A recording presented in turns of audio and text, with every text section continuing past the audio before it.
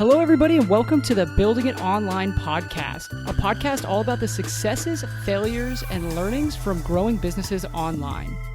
Hey, listener, Brice here, and today I sit down with Mads Singers, who is an expert in helping business owners and entrepreneurs grow incredible teams so that they can scale their businesses to new levels. Mads has some incredible insight on how you can recruit the right people to help you grow your business and a framework for connecting with your team and getting them to take ownership in the results that they're producing for your business so that you can focus on growing your business and they can focus on what needs to get done inside the business.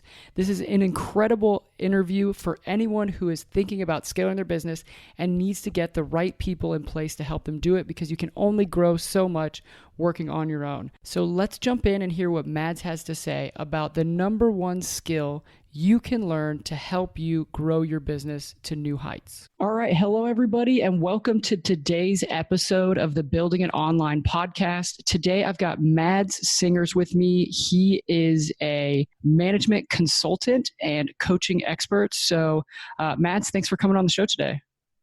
Thank you very much, Brice. Do you want to just take a minute and kind of introduce yourself to the listeners and tell everybody a little bit about yourself and what's your background? That would be my pleasure. So, I'm 35 years old. I'm mostly based in Asia, so I spend a lot of time in Philippines where I have a bunch of people. I run at least 3 businesses, and basically my passion, my hobby, my life is all about management. So I am, pretty much since the age of 18, I knew management was what I wanted to do. And I spent a lot of time since then in practicing, making a lot of mistakes, and really getting comfortable with management. And nowadays, I basically spend the time working with a lot of online business owners, really help them to up their game. So management is one of those things that everyone else thinks that most people are born managers and leaders, and they're not, right? So it's a skill set. So just like everything else, if you spend no time nurturing it, you will hate management because you feel it's difficult and it's scary. But if you actually spend a little bit of time, invest a little bit of time into it, you will very likely learn a lot very quickly. And I would say if you can manage to build a business, whatever model you're doing, you can definitely learn to get significantly better in management, which will up your game tremendously. That's awesome. So when you're saying management, we're talking about people management here. Yeah. So basically management of staff. And I mean, a lot of management obviously is very similar, right? It's all about learning the mindset of learning prioritization, learning focus and those kind of things. But yeah, my specialty is specifically around people management and how to get the most out of your staff, etc. That's great. I think that for me and probably for a lot of people, when you get started with your first business, your first online business, you don't really, I didn't get started thinking like, oh, I really want to hire a team of people and learn how to manage and grow teams. But that has been one of the biggest levers that I've ever found to be able to grow a business and increase revenue and be able to do more things, is hiring really good people to do those things. Yeah. And I mean, for me, it's actually, there's probably another step to that. Like when you first build a great team, like as an entrepreneur with a billion crazy ideas a minute, like when you have a great team of people and you get a great idea and you can actually make it happen, like that's amazing, right? So obviously not saying that people should run around and sort of bump into shiny object syndrome every minute of every day, but the whole thing is like, if you suddenly see an opening in your business where you can make magic happen, like with a team, you have the opportunity, right? If you have a team of great people, you can make a lot of stuff happen in a very short amount of time. And that's, for me, one of the most amazing things with having a team of great people. Yeah. So how'd you get started in all this? Well, hiring people is very straightforward. You put up some job ads and then you just say, I want awesome people, and then they show up. No, I think really, I mean, the essence is, for me, when I look at people start out and get something profitable running, right? So some people often start hiring too early. A lot of people have heard a course from some guru saying, "Oh, hire a couple of VAs and they'll build you $1 million business in 4.5 seconds," and that sort of thing. And I can promise you one thing: VAs will not build any business for you.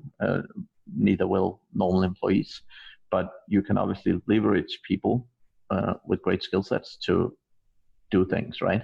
The fundamentals is you want to figure out a way to make some money. And in most cases, that happens as a single person, right? Like if you can find out to sell your time or, create a product that you can basically put out there and make some money from, being a lone writer, and it's something that seems scalable and seems like something where you can hire more people and get more value out of it. That's really what you're looking for, right? So I always recommend to people to, before start hiring at least too much staff, you definitely want to have like a business model that's proven, where you can get more than just one customer. Like you can get a number of customers paying you money for whatever it is you like doing. Okay. And so what's the best way to get started in management and hiring great people for your team? Yeah, so basically my background, as I said, I started corporate already when I was 18, and I very, very quickly realized that management was what I wanted to do. I got an amazing manager in my first job, and I literally went from being I want to be a computer geek till I want to do what she does kind of thing. And that basically sent me on a crazy ride of personal development and so on at a very, very young age. But it meant that I ended up sitting in management meeting in a room full of late 40, early 50-year-old people, and then me in my early 20s.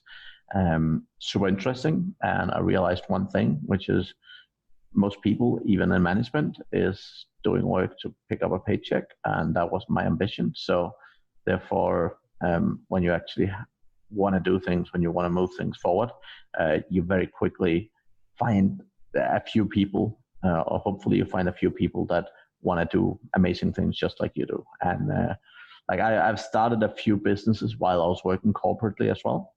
I started out probably in early 2006, 2007, building my first affiliate websites. Again, I was doing this next to a corporate job. I was already at that time, I was hiring Filipino VAs to write a lot of content and so on.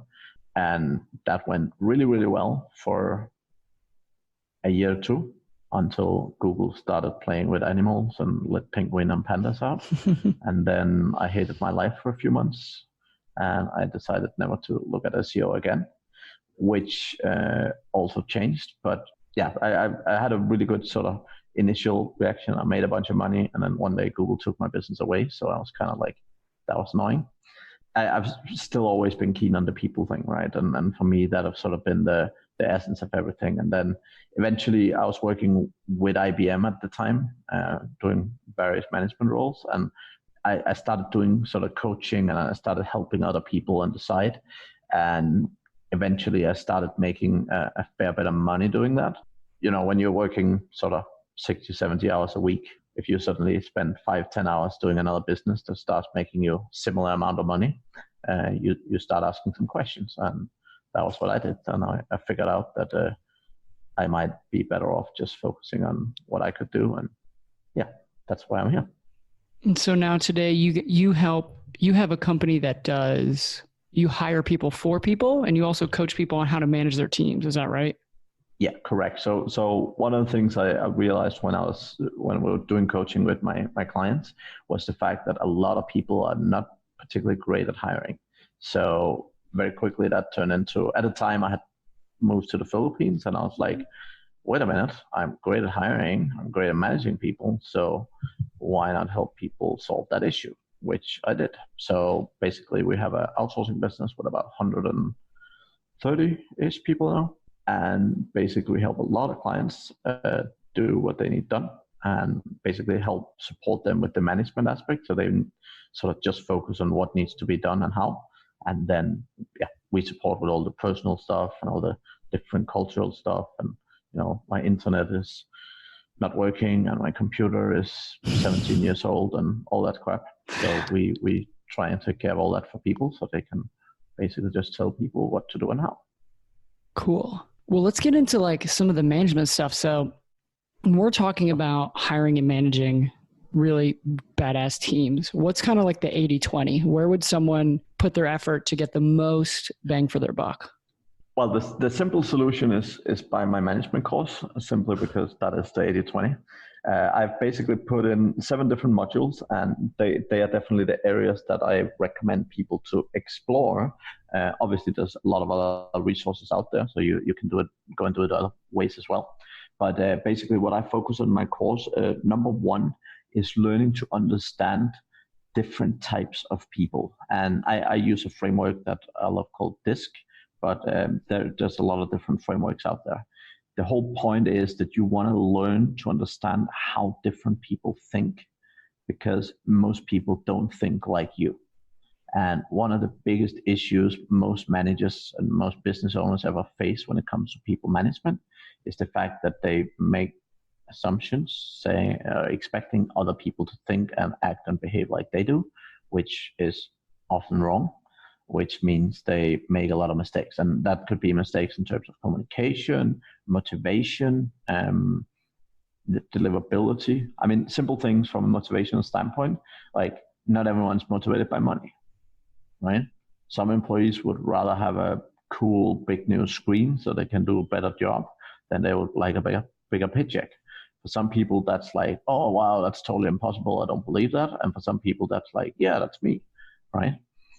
So actually learning to understand different people, different behaviors is absolutely key. It's been one of the absolute biggest reasons for my success in management. And then second to that is learning some core management processes. So for me, learning the aspect of one-to-ones, or basically treating your staff like human beings and talking to them on a regular weekly basis, is life-changing. And it is always the number one thing that all my clients come back and say, oh my God, that's so amazing. And it's very simple. Talk to people that work for you every single week. It's a little bit, obviously I have a little bit more complex process than that, but it's not rocket science, right? I had a client about 2 weeks back who had a staff member in the Philippines for 5 years, and he had never had a conversation with the person. They had only ever chatted on Skype. Reality is, if you don't talk to people, you don't build the relationship, you don't get the most out of them, right? And fundamentally, like, I always use the same example, but it always works. If your friends call you up and say, hey, I'm moving this weekend, do you want to come and help me? It's always a very simple answer. Is either the mindset process you go through is, how good a friend is this guy really? And if he's a really good friend, you're like, well, do I have time in my calendar? The thing is, staff works the same way, right? If you're asking them to go the extra mile and they don't feel you care about them, they're very unlikely to do so.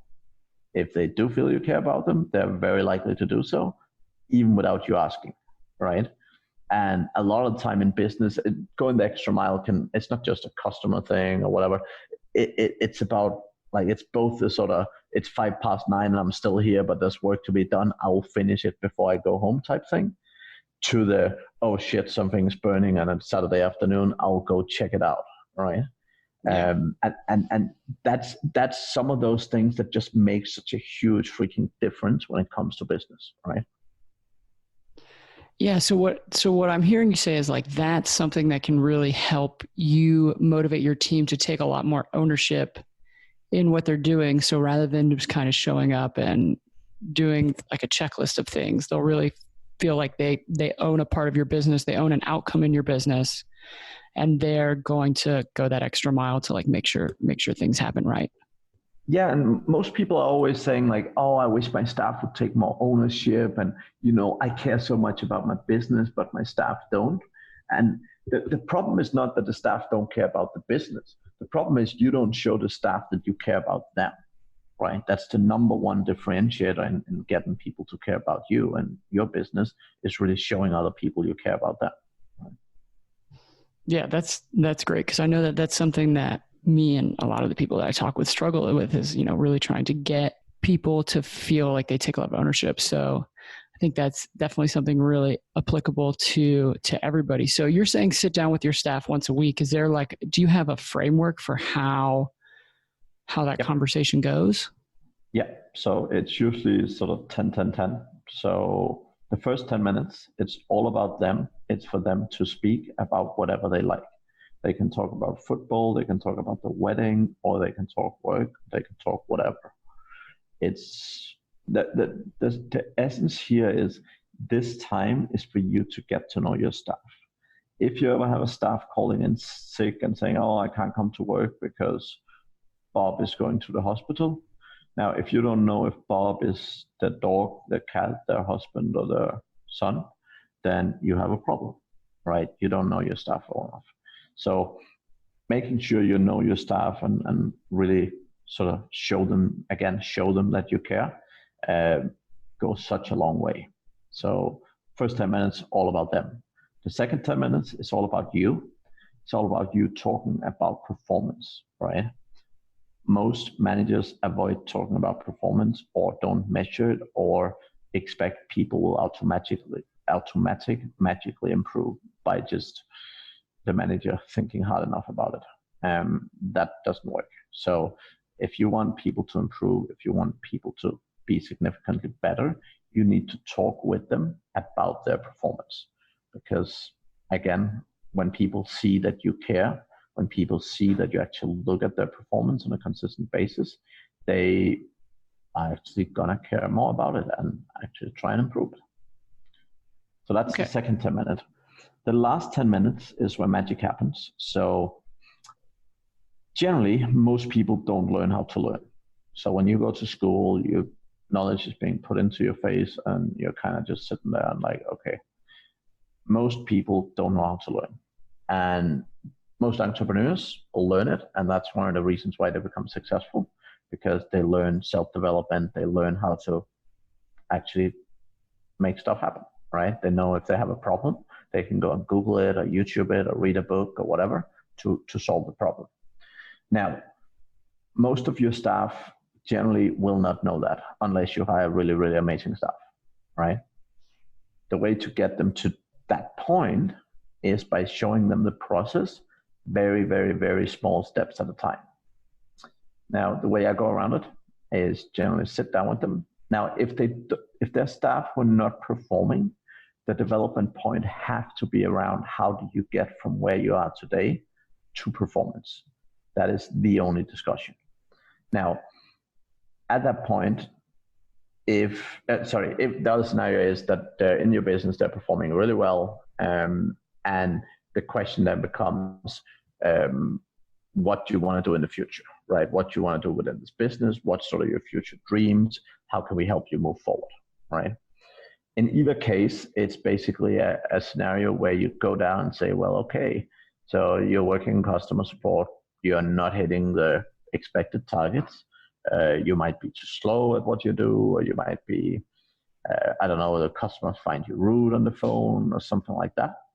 So you go down the development route and say, okay, we have this specific challenge.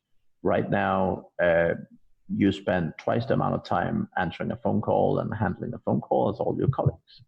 How can we fix that problem? What's the potential ways we could do this? And what you want to do is basically brainstorm the specific resources that could be used for it. And you want to do that with them. So you basically want to go to an exercise where you say, okay, how could you possibly learn to improve this skill? Well, you could read books about it. You could find a mentor. You could sit down beside someone who's great at doing it and see what they do. You could go to a classroom class and learn stuff about it. You could, I don't know, watch some YouTube courses, or you could buy some courses, or you could go to a physical training session somewhere. Lots of options, right? You basically want to brainstorm those options and then look at your staff and say, what way do you like to learn? Which of these ways of learning appeal the most to you? And when you then do that, you then say, okay, I don't know, let's read a book or whichever.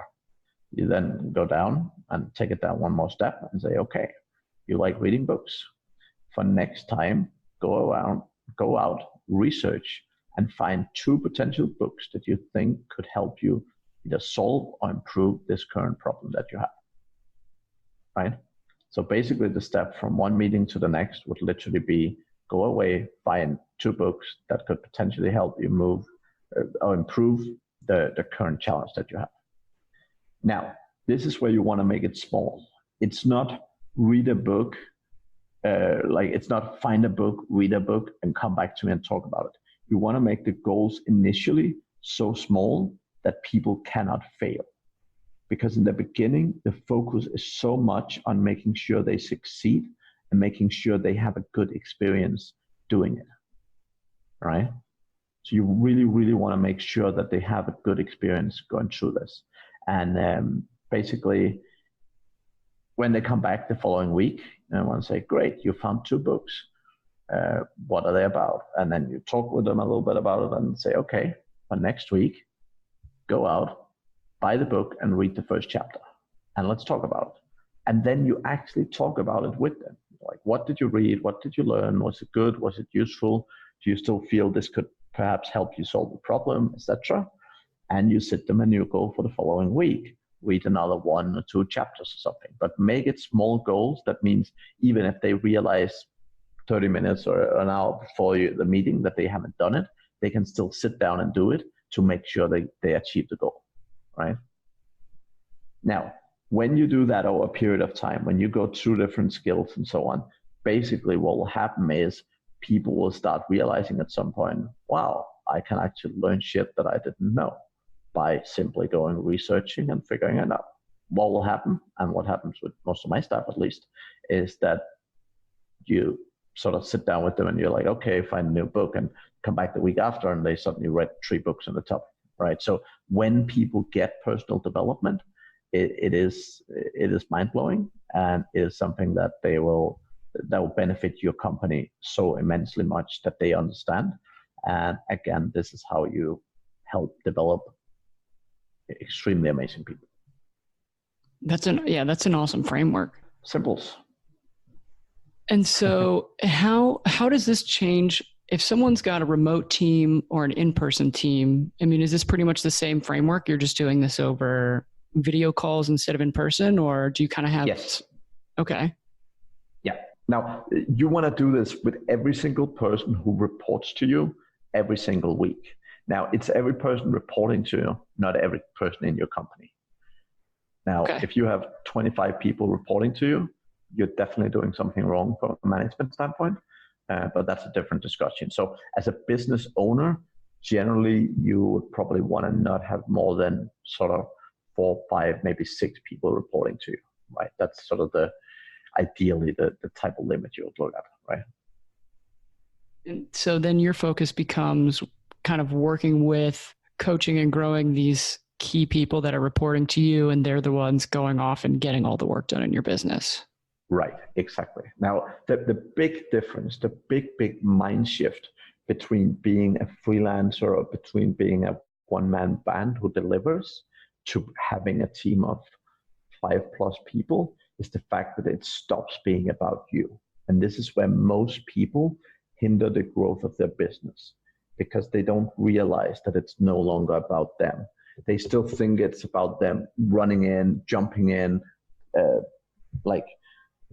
fighting fires and solving problems. And it's not, right? If you want to grow a business, if you want to be successful, the fundamental goal is for you to get out of the way, bring the people in, let them do the work, right?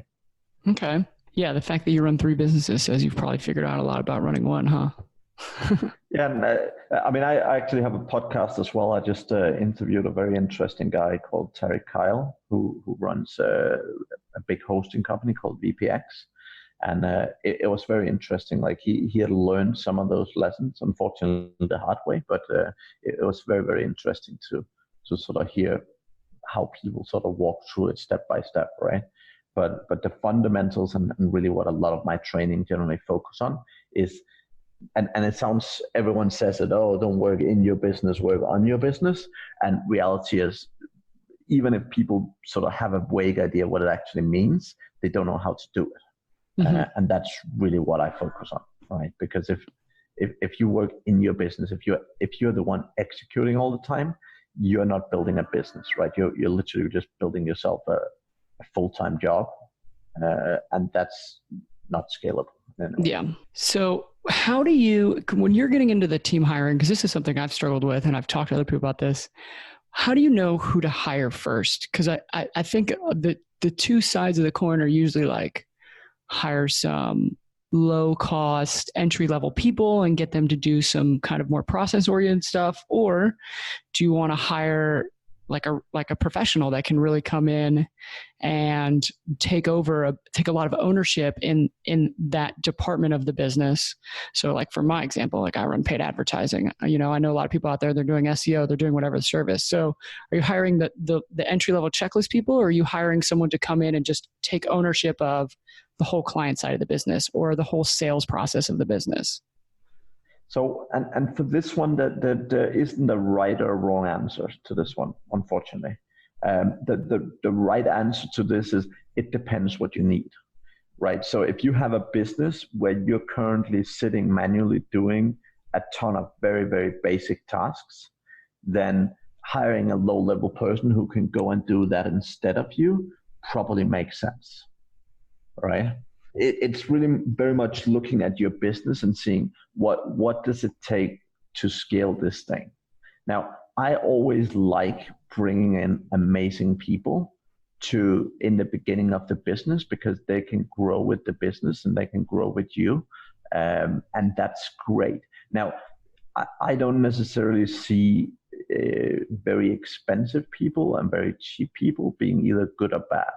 It's they bring different things to the table, right? Like I've built businesses with Filipinos on the top. I've clients who've built businesses run by Filipinos, and I have clients who've built very successful businesses run by Westerners, like Americans or Europeans. So you can do both. The biggest issue in the beginning is if you bring people into your business that aren't great people or aren't great fit for the specific jobs that you give them. That is where most people make the biggest mistakes, because particularly in the beginning when you are not really very versed with hiring and so on, you're much more likely to make mistakes. And the mistakes you make in the beginning is often very, very costly because, in the beginning, you don't have that much money. And if you hire someone that aren't pulling their weight wherever you hire them, that's obviously going to sort of take your business a while getting through that, right? So sort of making the first couple of hires and making them very successful hires is one of the most critical aspects of sort of quickly growing your business, right? Because if you get a great person in and initially, sort of the first 1, 2, 3, 4 roles, like that is going to make a huge, huge difference for your business. So kind of getting into hiring these people, do you have a framework around salaries and payments? So, because I feel like that's another challenging thing is figuring out, especially with international hires, it's what's a good competitive rate to hire someone. You find someone international, you're not sure exactly what the going rate is. Do you have a good idea or kind of way of feeling out what's the best rate to hire in these people that you're trying to get on your team? Yeah, and again, we live in a big world and there's a lot of options, and there's not really any right answers to this question. Wherever you hire in the world, there's not, there's not a set rate. There's not like, oh, your first employee should be between $500 and $1,000, or like that. There isn't a number for that, right? Again, like everywhere in the world, you can find great people at reasonable cost, and you can find horrible people at expensive prices. So price and like salary and skill doesn't always match. But the sort of critical aspect is really making sure that you're very clear on what you need for your first roles. And what I mean with that specifically is what is the person you need, what's the specific job you need, and really finding someone who fits that very, very specifically, right? So a lot of the time, one of the big issues is that a lot of people talk for themselves very well, but that doesn't necessarily mean they do the job very well, right? And it's one of the reasons why I'm very gung-ho on sort of behavioral and understanding human beings and so on, is because that's a big part of my framework, at least, being able to sort of see, like, are people detail-oriented? Are they are they these kind of go-getters that make stuff happen? Are they very people focused? Are they great at networking? Like what is their sort of natural strength, right? So what is the natural strength, and how does that fit with what you're looking for, right? So if you're looking for someone who can help you do a ton of Excel work, but you're hiring a sales type of guy who just loves talking and gets dizzy when he sees an Excel sheet, that's not a great match. But most people, because a sales guy is very good at talking for himself, most people can't really see through that and realize that he might not be a great fit for that specific role, right? So that's initially that's some of the stuff that's really important to get a good feel for and get a good understanding for when you're doing your first hires, because it will significantly improve the success rate you have on your hiring, right? Yeah. So what I'm hearing, it's really about, taking the time to find the right people for the position you're trying to get them into, getting them in there, and then spending a lot of time with them to help them, to help them understand what they can do to perform the best they can inside your company, and then stay in touch with them to make sure that, they're doing what they need to do, they're happy, and they feel like they're moving in the right direction. Yeah, that sounds like a very good summary. I'll say one of the things, particularly when you're hiring in the beginning, if you've never hired people before, go and interview a bunch of people just to try and figure out what's out there. Like, it can be really, really difficult in the beginning to knowing what to look for, how to look for it. And if you're sitting interviewing the first human being you've ever met, like you're very unlikely gonna know if that's a good person or not, right? So even just going out there, like in the beginning, getting some interview experience, just talking to some human beings, like an interview situation, makes a huge difference. Because really in the beginning, it's about starting understanding the game. What can I get? What's the price? What's the cost? What's all that sort of stuff? And it really, like, particularly if you hire locally, like it's learning by doing, right? Okay. That's all super helpful. I kind of started this hiring journey like a year and a half ago. And I think everything you said, I've kind of figured out along the way of, I never realized how much time it was going to take to hire someone and bring them on board and get them to be successful in their position. Especially if you're, a solo person, you start hiring your first people, like you have a new job, which is training that person, getting that person to be really successful. So this is all super helpful and really good framework of kind of how to handle the people on your team. Yep. Sure. So do you have any advice for someone, let's say someone's just getting started, they've got a business, they're making some money, and they're looking at getting their first couple of people on their team? Do you kind of have a other than what you said, like a quick, here's a couple of nuggets to think about while you're going through this process? Yeah, particularly if it's the first people, I would start slow. Like, don't hire 3 at once. Do it step by step, right? In the beginning, it's really like a lot of people will micromanage in the beginning, and that's often the way it is. Try not to do it, but you probably will anyway, right? But the whole point is, if you try and bring in 3 people at the same time, it will often be difficult, right? So I would say take one step at a time. It's a little bit like this, like go slow to go fast, right?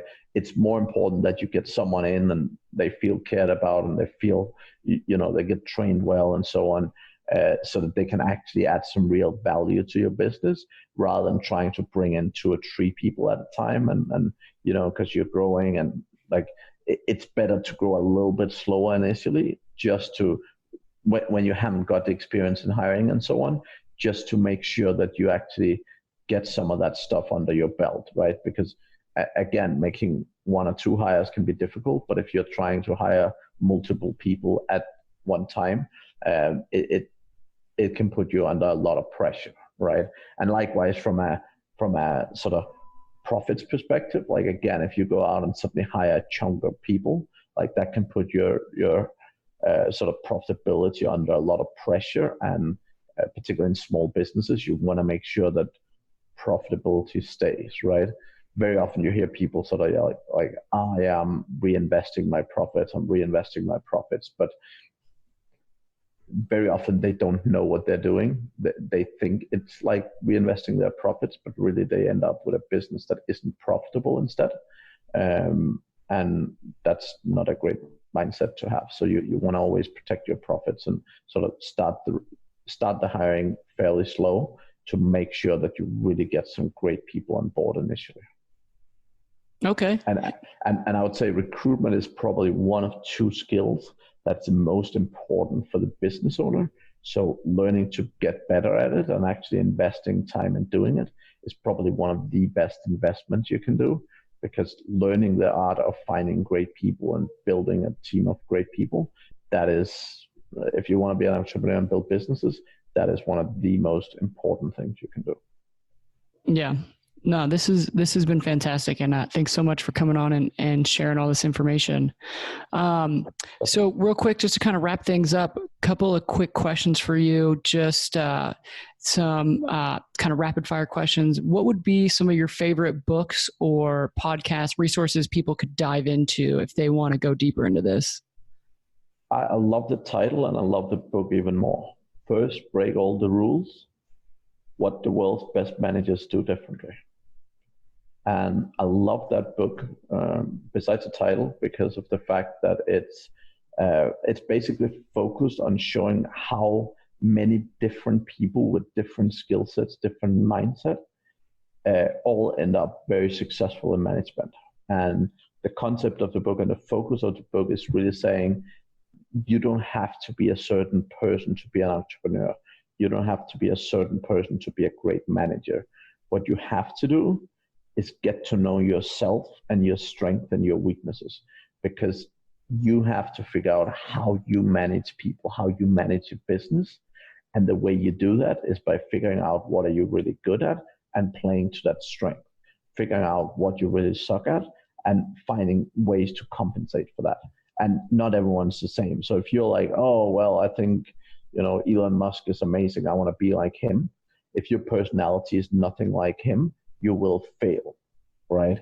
So figuring out how you as an individual can be successful is really the critical aspect here. And that book is really good at going to that, both with data, but also with some very, very good examples and some specifics on how to actually achieve that.